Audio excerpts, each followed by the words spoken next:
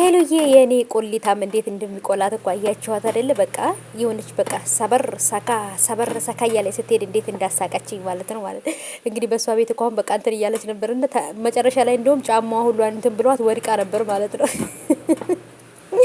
የኔ ውድ ሄሉዬ የሳቄ ምንጭ ማለት ነው። የኔ ማር እንዴት እንደምወዳት እኮ ማለት ነው። በነገራችን ላይ ሄሉ ሞዴል ትሁን የምትሉ ማለት ነው። እኔ እኮ ለምንድን ነው ሞዴሊንግ የማትወዳደረው ግን? እንደምታዩት እኮ በቃ የሆነች ቀጥን ያለች በቃ ሰውነቷ እንዴት እንደሚያምረኝ ማሻላ ማለት ነው።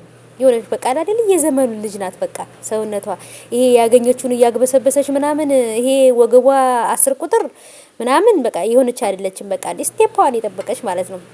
አይ እሷን አፍቅራችሁ ልቧን የሰበራችሁ ወንዶች ብቻ እንደው ይብላኝላችሁ ለእናንተ። እሷስ መቼም እሷን የሚመስል ታገኛለች ሄሉዬ ማለት ነው። መጨረሻ ላይ ሂዳ ምርጥ አሪፍ አፍቃሪ ላይ ነው የምትወድቀው ብዬ አስባለሁ የኔ ውድ ማለት ነው።